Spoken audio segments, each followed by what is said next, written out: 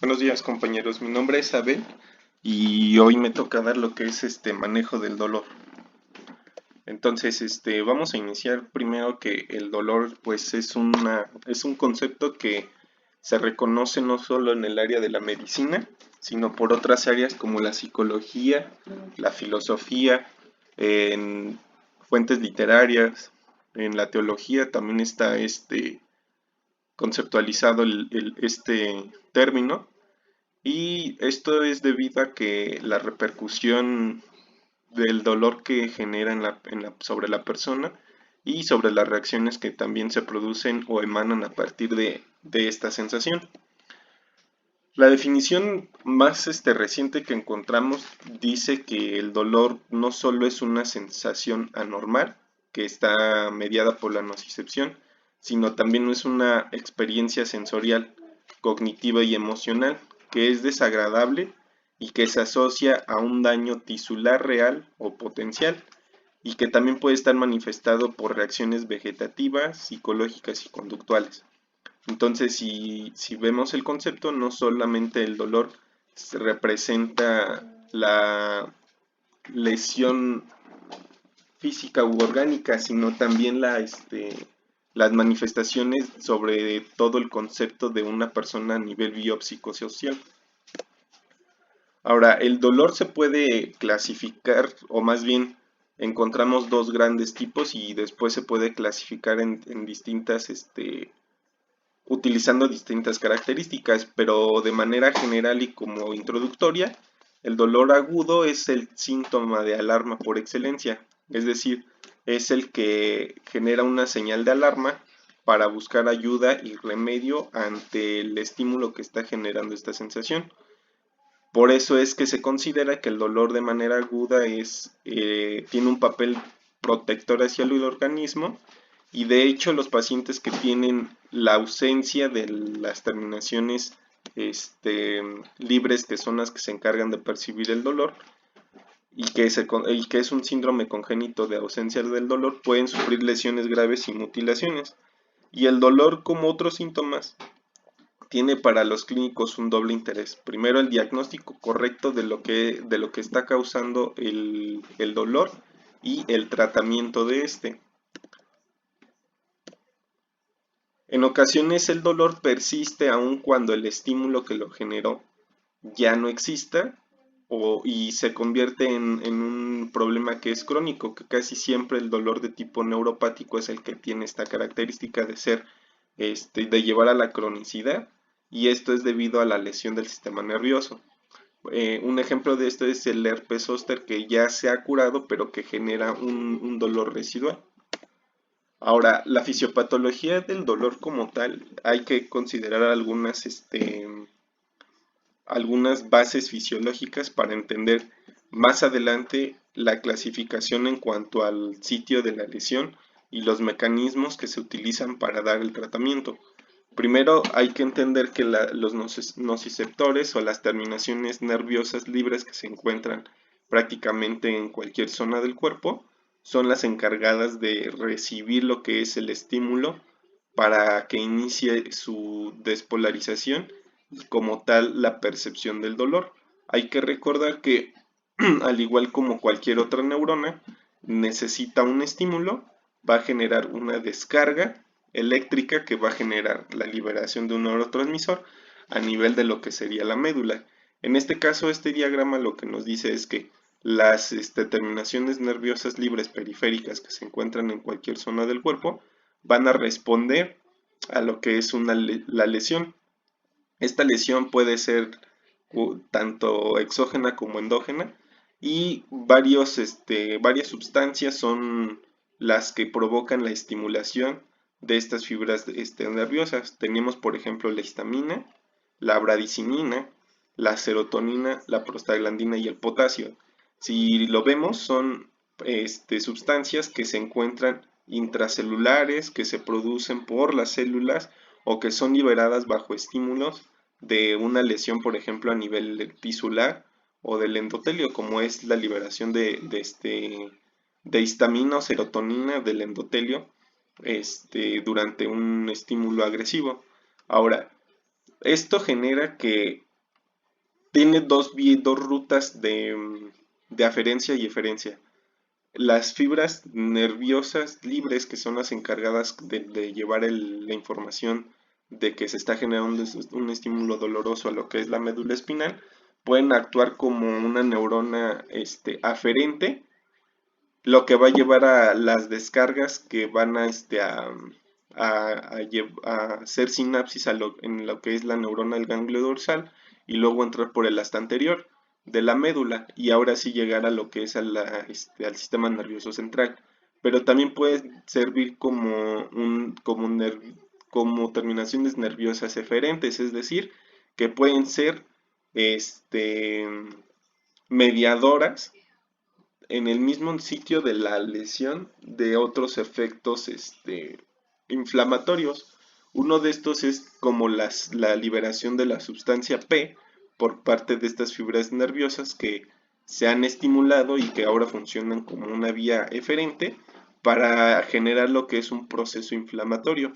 Es decir, esta sustancia P genera la vasodilatación y la liberación de sustancias por parte del endotelio. Entonces es un sistema que funciona en forma de retroalimentación positiva y en círculo, lo que hace que el proceso inflamatorio y de lesión y el estímulo de doloroso se perpetúen. Ahora, los nociceptores se clasifican de acuerdo al estímulo más sensible y a la respuesta que producen. Podemos encontrar nociceptores térmicos, mecánicos o químicos, o los que son polimodales, que pueden responder a prácticamente cualquier estímulo al cual se enfrenten. Incluso los de presión también pueden ser dolorosos. Uno de los mecanismos de conducción del dolor es también entender que sufren sensibilización, es decir, si las descargas o el estímulo es repetitivo, la reducción del umbral, hay una reducción del umbral, por lo que ante nuevamente la exposición a un estímulo, aunque sea de menor intensidad, va a producir dolor. Ahora, estas fibras nerviosas libres se pueden clasificar en aquellas que son mielínicas y amielínicas, y esto depende, o más bien la función que tienen es la velocidad de, este, de conducción. Las fibras mielínicas, al tener mielina, pues son generan sensaciones dolorosas prolongadas. Se refiere como un dolor sordo o quemante, que es una de las características del dolor, y más adelante se va a mencionar en la semiología, o las fibras amielínicas, que van de 20 a 30 metros sobre segundo, y este genera un dolor breve, agudo e inmediato. Se comentaba que la neurona, estas fibras libres hacen sinapsis en lo que es en la neurona del ganglio dorsal, y la neurona del ganglio dorsal hace sinapsis en el asta posterior. Ahora, esta sinapsis en el asta posterior genera dos situaciones. La primera, que al ser una vía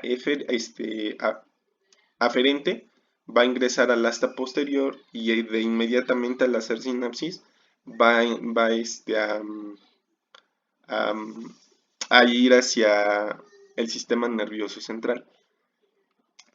Esto se lleva gracias a lo que es la vía espinotalámica lateral, la que se va a encargar de llevar el estímulo hacia el sistema nervioso central.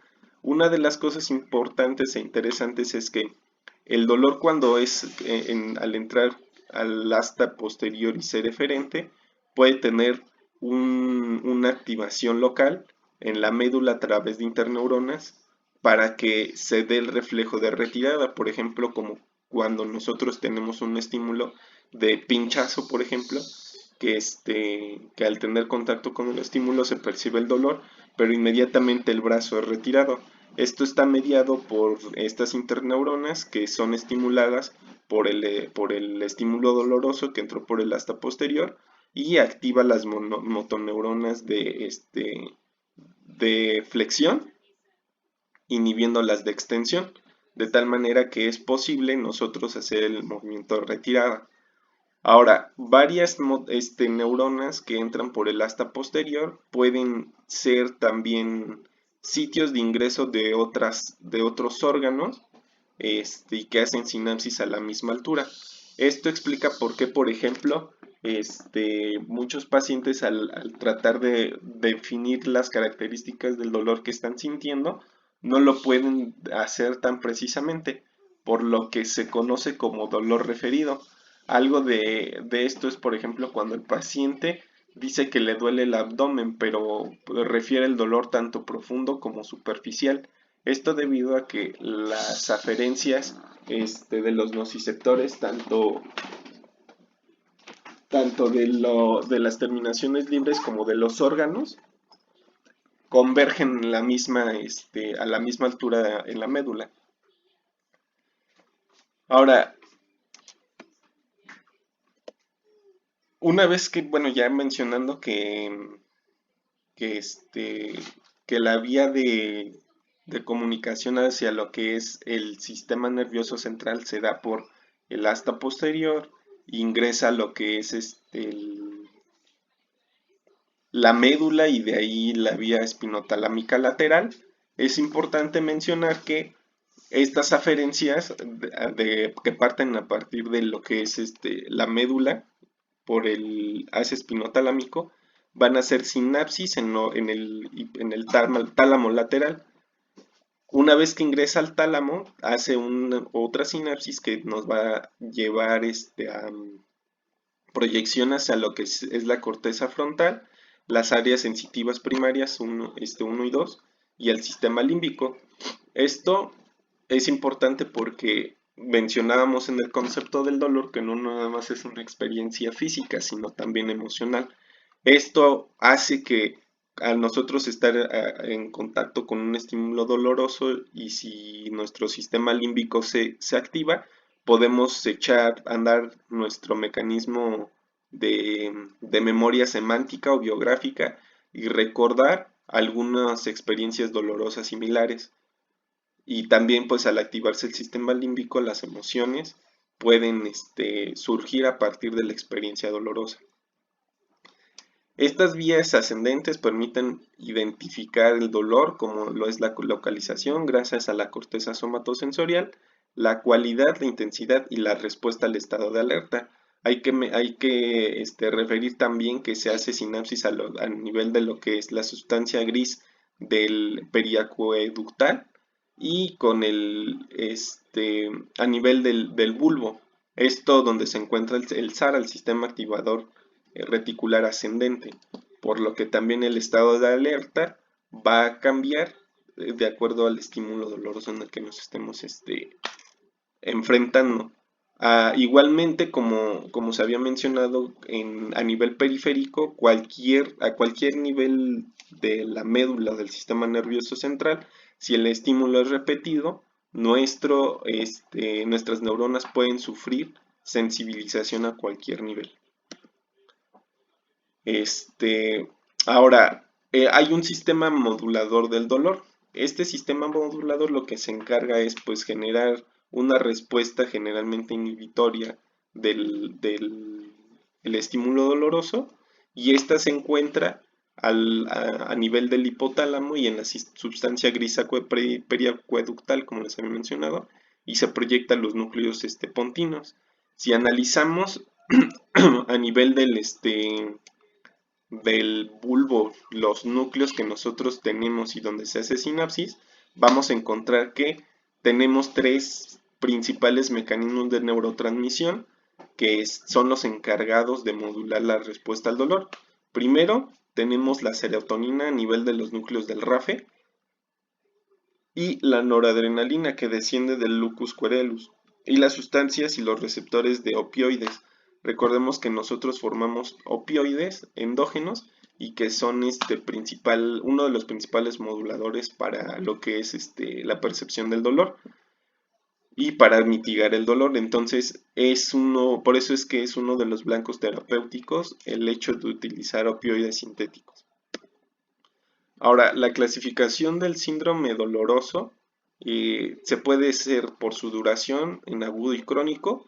Crónico cuando es más de 3 a 6 meses, o en algunas bibliografías lo dicen que es después de 3 meses y en otras después de 6 meses, y el agudo por obvia razón menor a 3 meses. por la etiología, que puede verse a enfermedades orgánicas, psiquiátricas, de causa desconocida, por neoplasias malignas, principal causa del dolor crónico, y o enfermedades articulares o lesiones del sistema nervioso periférico del sistema nervioso central, o por la localización, que se divide en somático, que está ubicado en lo que son músculos y huesos y sus articulaciones, y que se refiere como un dolor sordo, fijo, continuo, que se exacerba con el movimiento, o el dolor visceral, que es intermitente, opresivo, profundo, que es mal localizado por el fenómeno del dolor referido que les había mencionado, y se asocian a síntomas vegetativos. Y por la fisiopatología, que puede ser nociceptivo, que es un estímulo que es transitorio sin lesión tisular, donde el dolor es proporcional al daño y completamente pasajero. Inflamatorio, donde ya existe una lesión tisular, donde es persistente, duradero o presencia la inflamación en el foco de la lesión y puede ocasionar sensibilización. O patológico o neuropático, donde hay lesión o disfunción del sistema nervioso central. Es mal definido y se refiere como escozor, quemante, como arañazo, como un desgarro, como si sufrieran un arrancamiento, y pueden presentar parestesias y disestesias. En la práctica se pueden asociar distintas categorías, como el dolor crónico que se agudiza en el paciente oncológico, por lo que en sí la clasificación como tal pues es una forma de abordaje, pero se pueden tener formas mixtas. Ahora, en cuanto a la sensibilización, les había mencionado que la sensibilización es la reducción del umbral al dolor y que cuando el paciente se expone otra vez al estímulo doloroso, ya se responde de manera más rápida o incluso de una manera más intensa. Esto nos hace evocar tres conceptos que van en relación a la sensibilización y que es la hiperalgesia, la hiperpatía y la alodinia. En la hiperalgesia, una persona está expuesta a un estímulo doloroso y este se va a percibir como un dolor muy intenso, cuando sus características del estímulo generarían un dolor que debería de ser, sí doloroso, pero de manera leve, si lo queremos decir así, en condiciones normales.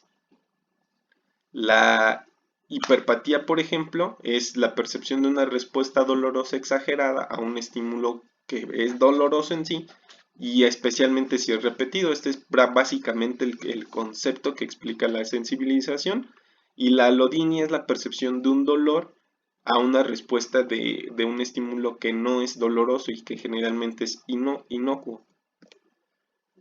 Ahora, el dolor nociceptivo ya les había mencionado que es aquel dolor que,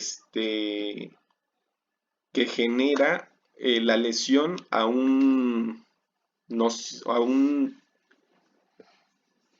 receptor nociceptivo que se encuentra en el músculo, en la piel, en los huesos o en las articulaciones, y que este puede ser mecánico, térmico, químico, y que vamos a tener el mecanismo de retirada que ya les había explicado, que es una respuesta local a nivel medular y que también va a tener una herencia hacia lo que es el sistema nervioso central.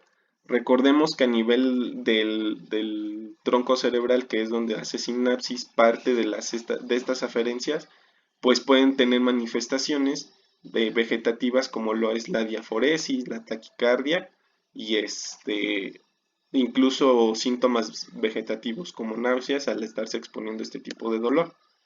En el dolor neuropático, como ya se había mencionado, surge consecuencia de una lesión que es directa en el sistema nervioso central, ya sea periférico o central, y que es una enfermedad que afecta el sistema somatosensitivo de transmisión del dolor y debe de tener dos características. Primero, que se tenga una distribución neuroanatómica correcta y una historia que sugiera que existe una lesión o enfermedad del sistema nervioso.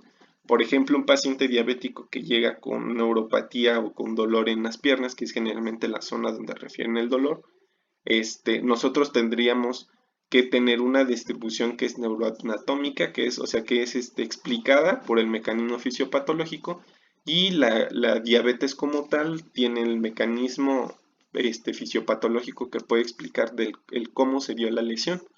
y que existe una explicación neurológica, patológica o una prueba complementaria que confirme una lesión neurológica. Ahorita voy a mencionar dos pruebas que se pueden realizar para que nos van a decir que existe una exploración neurológica patológica. En el dolor crónico, al igual como habíamos mencionado en la clasificación etiológica, generalmente este tipo de dolor es explicado por neoplasias, enfermedades osteoarticulares, ya sean por desgaste mecánico o inmunes, autoinmunes, perdón. Hablamos, por ejemplo, de lo que sería la artritis reumatoide, que es una causa de enfermedad osteoarticular crónica y que genera dolor si no se es controlada, y enfermedades neurológicas ya sea del sistema nervioso periférico o sistema nervioso central. Las enfermedades psiquiátricas que pueden ser el dolor somatomorfo, la neurosis y los trastornos de dolor por causa desconocida. En el dolor neuropático nosotros podemos tener cualquier lesión que se dé desde lo que es el receptor libre hasta la sinapsis en la médula posterior. Y podemos tener algunos ejemplos, por ejemplo, las lesiones en los plexos como las plexitis inflamatorias, las infiltraciones neoplásicas o la avulsión del plexo braquial a nivel de los plexos que emergen de lo que es la médula, o lesiones en el asta dorsal por traumatismo, compresiones o siringomelia. Pero independientemente de sea cual sea el mecanismo de la lesión, existen dos mecanismos que explican por qué estos pacientes van a sentir dolor. Y primero es la hiperexcitabilidad y la sensibilización de lo que es el receptor. Son la fisiopatología que explica que independientemente del mecanismo de lesión, estos dos se van a producir. Y esto se da gracias a varias situaciones. Primero, se generan descargas espontáneas a nivel de los nociceptores y que van a generar impulsos eléctricos tal cual en otra neurona que se esté explorando. Y también hay una sobreexpresión de canales de sodio, más canales de calcio, más canales de NMDA, que es del glutamato, más canales de valinoides, más canales de sustancia P, elevación de citoquinas, inervación cruzada ya sea somática o simpática, menores receptores GABA y una reacción inflamatoria en el asta posterior. Si analizamos básicamente los mecanismos fisiopatológicos de expresión de estos canales, tenemos que hay un desequilibrio entre la activación y la inhibición o modulación de lo que es el dolor, por lo que si nosotros tenemos más canales de excitatorios como los de sodio, de NMDA, de sustancia P, que va a funcionar como eferente, el estímulo doloroso se va a perpetuar. Es por eso que muchos fármacos que se utilizan para tratar el dolor tienen su diana en este tipo de canales. El dolor se refiere como ardor, hormigueo, como piquetes, como una descarga eléctrica o como entumecimiento. Generalmente este tipo de dolor puede ser tan intenso que el paciente puede gritar y llevarse las manos a la zona de donde duele. Suele tener generalmente una localización precisa en lo que es el periférico. El dolor es continuo y a veces se describe también como urente, es decir, que quema o arde, y que es profundo, que pesa o que siente que existe una atracción. Suelen haber desencadenantes como lo son estímulos físicos o psíquicos y generalmente hay una zona de gatillo. Esta zona de gatillo, cuando se estimula, por ejemplo, en los pacientes diabéticos, refieren que el roce de las sábanas en determinada zona despierta el estímulo doloroso.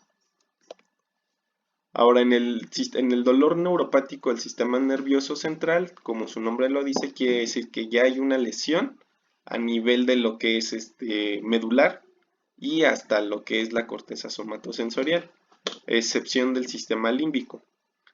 Cualquier lesión que suceda a nivel del tracto espinotalámico va a generar una respuesta dolorosa.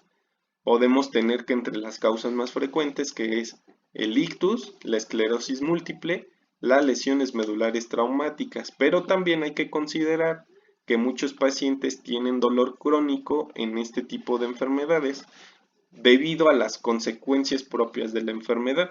Por ejemplo, si nosotros tenemos en un paciente que hizo con enfermedad vascular cerebral, que hizo quizás un síndrome,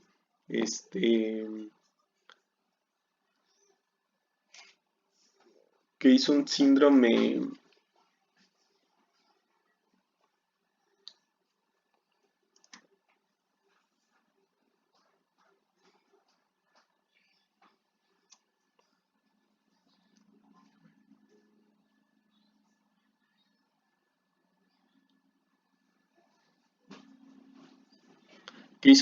piramidal, podemos tener que ese paciente va a tener espasticidad, rigidez, por lo que va a generar dolor, por ejemplo, al tratar de movilizarlo.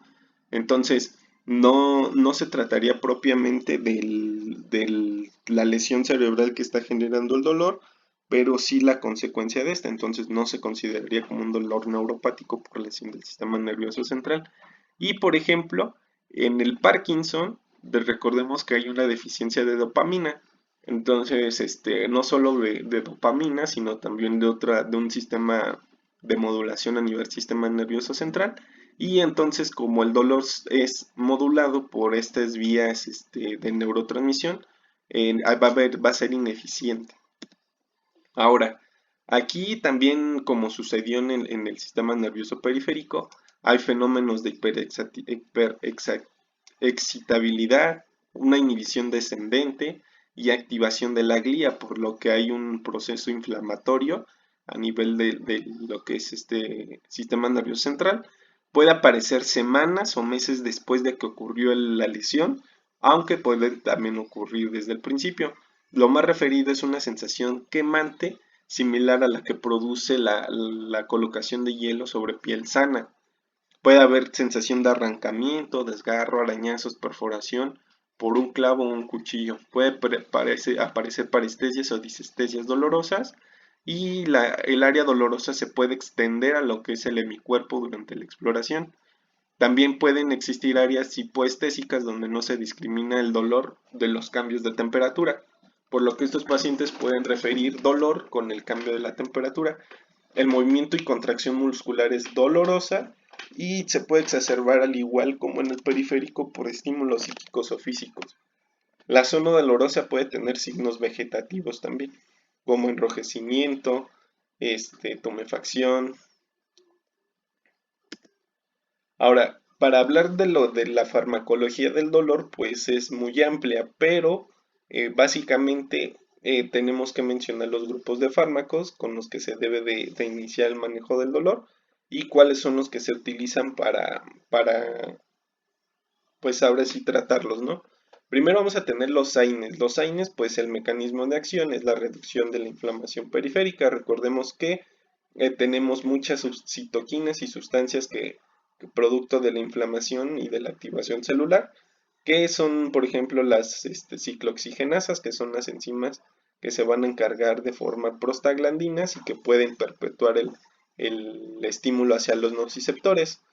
Tenemos los derivados de los salicilatos como el ASA, el acetilcilinato de lisina, los derivados del paraminofenol como el paracetamol, de la pirazolana como el metamizol, del ácido acético como indometacina, ketorolaco, diclofenaco, del ácido propiónico como el naproxeno, ibuprofeno, desquetoprofeno, los derivados del ácido enólico como el piroxicam y los selectivos de la ciclooxigenasa 2 como el celecoxib y el heterocoxib. Ante esto, pues se deben de mantener algunas reglas o consideraciones generales. Primero, que tienen efecto techo, es decir, que a determinada dosis ya no van a tener un beneficio terapéutico, pero sí aumenta la probabilidad de efectos adversos. Están indicados en el dolor nociceptivo de leve a moderado. El paracetamol no posee actividad inflamatoria, incluso hasta se inactiva en la presencia de un ambiente inflamatorio. El metamizol tiene una propiedad que es antipirética y analgésica. Los AINES tienen actividad potente antiinflamatoria y se pueden asociar con opioides ya que tienen sinergia. No se debe de utilizar dos AINES, o es lo recomendable por el riesgo de efectos secundarios, tanto gastrointestinales y renales. Los Oxycam son potentes antiinflamatorios, pero de vida media larga, por lo que se debería de utilizar en un dolor un poquito más crónico. El ketorolaco es potente y con actividad media corta, por lo que se debería de utilizar en el dolor agudo. El ibuprofeno es indicado en dolor agudo, aunque es menos potente, y los inhibidores selectivos de la oxigenasa 2 son tienen menos efectos adversos tanto gastrointestinales y renales, pero tienen un mayor riesgo cardiovascular. Luego tenemos los opioides, que incluso se consideran como esenciales y como un buen indicador su uso en un hospital, y no debe reservarse nada más a los pacientes oncológicos. Son útiles en el dolor nociceptivo, en el dolor agudo, en el dolor crónico y en el dolor neuropático. Se usan cuando el dolor es moderado a grave o si el tratamiento convencional, por ejemplo con AINES, no funcionó. No se deben de combinar dos opioides por sus efectos secundarios. El más temido es la depresión respiratoria. Se debe de conocer los efectos secundarios de este grupo de fármacos. También pueden llevar a lo que es el efecto de tolerancia, abuso y dependencia. El mal entorno familiar, el antecedente de abuso de sustancias, la enfermedad psiquiátrica es una contraindicación relativa, y en los pacientes que ya tengan dependencia, o más bien tolerancia, se debe de rotar los opioides. Los opioides se van a dividir en mayores y menores. Generalmente se inician con los menores, como lo es la codeína y el tramadol, y los mayores se deben reservar cuando el dolor ya es muy grave. Igual se pueden utilizar fármacos de primera elección. Ahorita vamos a mencionar lo que es la escalera terapéutica.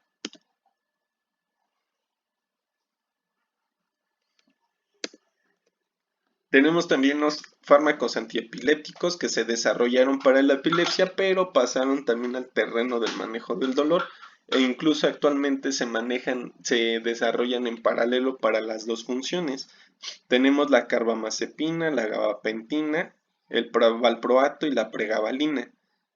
Generalmente lo que es la carbamazepina modula los canales de sodio, por lo que si recordamos que en el dolor, en la sensibilización a nivel periférico tenemos un aumento de estos canales, pues va a ser eficaz. La carbamazepina es eficaz en la neuralgia del trigémino y incluso es la de primera elección, pero es menos potente en otros tipos de dolores neuropáticos periféricos. La gabapentina y la pregabalina modulan los canales de calcio dependiente de voltaje de las neuronas del ganglio posterior, por lo que si tenemos también una lesión a nivel periférico, pues nos va a servir. Generalmente estos se utilizan en los pacientes que son diabéticos y tienen menos efectos secundarios, pero pueden generar molestias gastrointestinales a largo plazo o ganancia de peso. También tiene menos interacciones farmacológicas, y en los pacientes adultos mayores que tienen polifarmacia se pueden utilizar. Tenemos los fármacos, los tricíclicos o los inhibidores de la recaptura de serotonina, o los que son mixtos, tanto serotonina como noradrenalina. Nosotros podemos utilizar lo que es los ICRS en el tratamiento de los pacientes que tienen dolor y asociada a la depresión. No se ha demostrado su eficacia en el dolor crónico neuropático. Los tricíclicos actúan a nivel de varios receptores y canales. No son específicos de un canal, por lo que incluso en psiquiatría van en desuso por los efectos secundarios, no solo anticolinérgicos, sino también otras vías de neurotransmisión. Pero sí, al tener modulación de distintos canales, como son los canales que se sobreexpresan en la sensibilización y la fisiopatología del dolor, pueden tener efectos, incluso también mantenerse al margen de su propio efecto antidepresivo. La amitriptilina es la que tiene más efectos anticolinérgicos y tenemos el uso, por ejemplo, de los no selectivos como la venlafaxina y la duloxetina, que pueden ser útiles en la polineuropatía diabética y en la fibromialgia, y no tienen evidencia en otro tipo de dolor neuropático. También nosotros podemos utilizar lo que sean los cannabinoides. Nosotros tenemos cannabinoides endógenos y generalmente se unen a los receptores CB1 y CB2. Este sistema es especialmente modulador de otros sistemas de neurotransmisión, por lo que su uso se ha validado en el manejo del dolor. El tetrahidrocannabinol y el cannabidinol en forma inhalada ha recibido la aprobación de la Agencia Europea de Medicinas para la indicación específica de los espasmos dolorosos en esclerosis múltiple, que no ha respondido a otras medidas. Tenemos otras alternativas, por ejemplo, como la lidocaína tópica en crema o parche, que la mezcla de prilocaína y lidocaína y la crema de capsaicina al 0.75%, que son útiles en la neuralgia postherpética u otras lesiones nerviosas focales. La capsaicina depleta lo que son las terminaciones nerviosas de la sustancia P, pero no se tolera sobre todo en piel delicada o delgada, porque en un inicio produce calor, dolor y ardor o incluso parestesias. Los neurolépticos antipsicóticos, por ejemplo, como el diazepam, está usado en los síndromes dolorosos que se asocian también a alucinaciones o ilusiones, y se ayuda, por ejemplo, en algunos tipos de dolores que son lacinantes y con espasmos musculares. La cicotanida es un péptido sintético análogo del veneno del caracol que bloquea los canales de calcio dependiente del voltaje y solamente se usa o se ha usado a dosis pequeñas por vía intratecal por los efectos secundarios. Tenemos, por ejemplo, otras opciones que ya son pues de última, cuando ya otras medidas no han funcionado, como los antagonistas del NMDA, como el dextrometorfano y la metadona, que ayudan en el tratamiento del dolor neuropático. Tenemos la ketamina, útil por vía intravenosa en el dolor post-amputación, y la toxina botulínica, útil en la distonía y la espasticidad. El tratamiento del dolor agudo debe de tener varias directrices o guías como tal. Primero, utilizar un fármaco que sea más específico para el dolor en el que nos estamos enfrentando. Incluso tenemos que conocer su dosis, la cinética, sus intervalos y los efectos secundarios. Dosificar de forma correcta, incrementando la dosis poco a poco en intervalos progresivos y apropiados. Y se puede dar dosis de rescate, que generalmente es la mitad de la dosis estándar. Utilizar la vía apropiada para que la mayoría sea por vía oral. También podemos tener o considerar la vía rectal o sublingual si el paciente vomita. Comenzar directamente con bolos o infusiones continuas en los pacientes que requieran una analgesia rápida con opioides, y las bombas continuas se reservan para los centros especializados. Familiarizarse con la combinación de fármacos, especialmente con los analgésicos y los fármacos coadyuvantes. Los coadyuvantes son todos los fármacos que no son opioides ni AINES. Vigilar y tratar los efectos secundarios como la depresión respiratoria en el caso de opioides, la excesiva sedación en el caso como estos, los vómitos, el estreñimiento y el glaucoma. Vigilar la aparición de tolerancia, como ya se había mencionado en los opioides. Asimismo, el dolor agudo es un mecanismo de protección, ya se había mencionado, y de alarma que reclama atención. Pero aun cuando este dolor se presente, deben de valorarse algunas situaciones. Por ejemplo, en algunos pacientes se puede diferir el dolor si es necesario, porque, por ejemplo, en un caso de apendicitis, para ver la evolución de la enfermedad, para ver realmente si se trata de esto, y no enmascararlo con un fármaco que pueda ocasionar que no tengamos un diagnóstico correcto. Por ejemplo, un paciente con cefalea aguda puede tratarse de una hemorragia subdural o incluso de un evento vascular. o el caso de neuroinfección, por lo que el tratamiento del dolor puede no ser prioritario. Caso contrario, en la migraña, cuando el objetivo es quitar el dolor como tal. Cuando la etiología es obvia, por ejemplo el caso de una fractura, una quemadura, una torcedura, pues el tratamiento del dolor debe de ser inmediato. Ante esto, la OMS generó lo que es la escala terapéutica del dolor, en donde tenemos que el primer escalón y de elección es utilizar AINES, por ya mencionamos algunas características, y como el paracetamol y metamizol. El segundo escalón es utilizar opioides débiles y que se pueden asociar a los fármacos del primer escalón, como lo que es el paracetamol. Una de las combinaciones más conocidas es paracetamol-tramadol, y utilizar esto con el objetivo de reducir las dosis de ambos fármacos y aprovechar la sinergia de ambos en el tratamiento del dolor. Y el tercer escalón, pues ya utilizar opioides potentes como el fentanil, la metadona, la buprenorfina, que aún así se pueden asociar a fármacos del primer escalón para reducir sus dosis y utilizar la sinergia que nos ofrece la combinación de estos fármacos. Esto se debe también de ajustar según la intensidad del dolor, es decir, mantener dosis y que mantenga la analgesia sin ir reduciendo o ir subiendo dependiendo de la necesidad. Ajustar los intervalos para que se mantenga la analgesia y considerar otras alternativas, por ejemplo, un paciente que tenga un absceso o una fractura, aun cuando se le esté dando analgesia, puede continuar con el dolor hasta que no se resuelva el problema primario. También se pueden optar por otras alternativas como la aplicación de frío o calor, o utilizar, por ejemplo, la infiltración anestésica, como en el caso de algunas problemas osteoarticulares, en los que dependiendo del número de articulaciones dañadas se puede utilizar este mecanismo de tratamiento del dolor, y los sistemas de analgesia controlada por el paciente.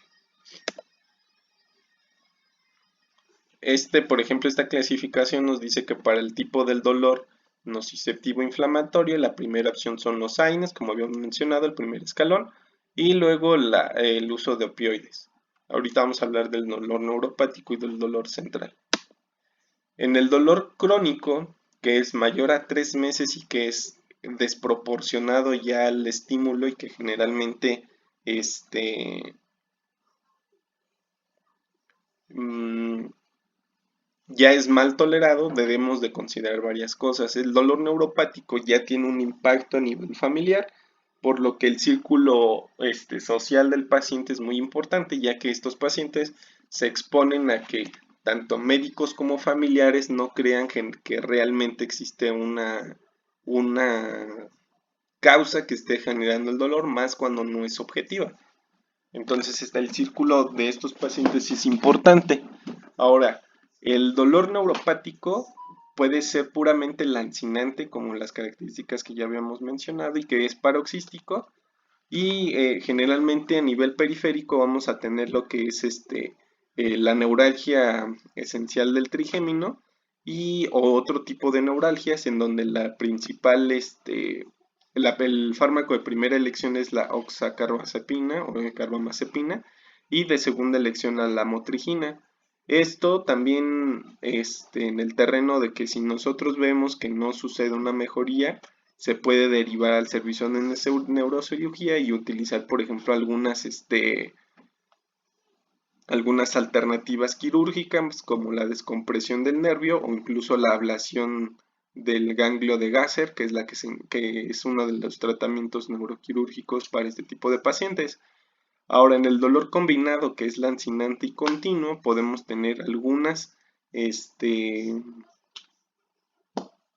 enfermedades o síndromes como la neuralgia posherpética, las polineuropatías o radiculopatías dolorosas, el dolor regional complejo, que es un síndrome que abarca muchos impactos a nivel del paciente, biopsicosocial o del dolor central, en donde tenemos que Por ejemplo, en la neuralgia postherpética, en la fase de vesícula, se debe de utilizar antivirales, corticosteroides y AINES, pero si vemos que ya una vez resuelto esto no se puede, eh, no corrige, se puede optar ya por cremas de lidocaína, antiepilépticos y antidepresivos tricíclicos. En el dolor regional, que es complejo y que es un síndrome pues muy aparte, aquí la combinación del tratamiento ya es muy compleja porque no solo involucra el manejo del dolor, sino también de otras especialidades como la osteoporosis, por el no movimiento de la extremidad, que es uno de los datos de este síndrome doloroso, el uso de corticoides, de AINES, de antiepilépticos, porque ya es como que un tema un poquito más diferente. En este caso sí lo que vemos o lo que nos hace alusión a este cuadro es utilizar el tratamiento de primera elección, escalar y sobre todo iniciar con fármacos si lo perciben de primera elección, que vaya directo a lo que es el mecanismo del dolor y escalar. Y en caso de que no se resuelva, llevar a una unidad del dolor. La semiología del dolor va enfocada a lo que es un acrónimo que se llama LICIA. Tenemos que evaluar primero la antigüedad. La antigüedad nos va a permitir clasificar el dolor entre agudo y crónico. La localización, preguntando en qué lugar duele, para ver si es un dolor que es regional, diferido o mal localizado, y nos va a permitir identificar a qué tipo de dolor y cuál es el mecanismo o el órgano que se está dañando. Un ejemplo de esto, por ejemplo, es un paciente que tiene un dolor precordial, pero que nosotros vemos que pues está tranquilo, que no tiene síntomas vegetativos, que es joven, que a lo mejor señala específicamente que le duele la unión o la articulación costoesternal, pues probablemente se trate de un problema de una condroitis y no propiamente de un dolor precordial.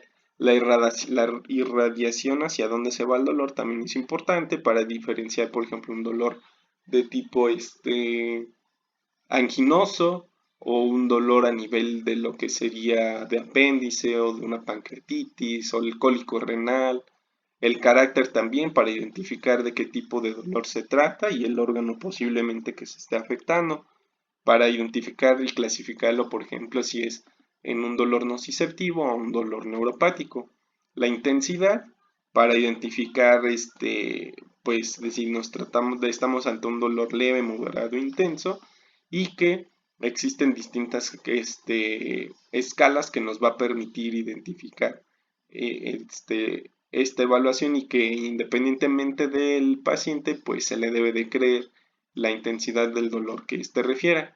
Y la atenuación, que es los mecanismos que favorecen la aparición o que mitigan el dolor. Algunos pacientes van a adoptar posiciones antiálgicas, características de algunas enfermedades, que nos pueden orientar al diagnóstico. Y tenemos unas escalas, por ejemplo, la escala, la evaluación visual análoga, que es la del 0 al 10, donde 0 es indolor y 10 el peor dolor que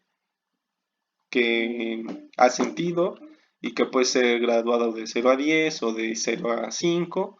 También tenemos escala colorimétrica o la escala frutal análoga, que son útiles en el manejo del dolor o de identificación del dolor en niños. Y bueno, eso sería todo.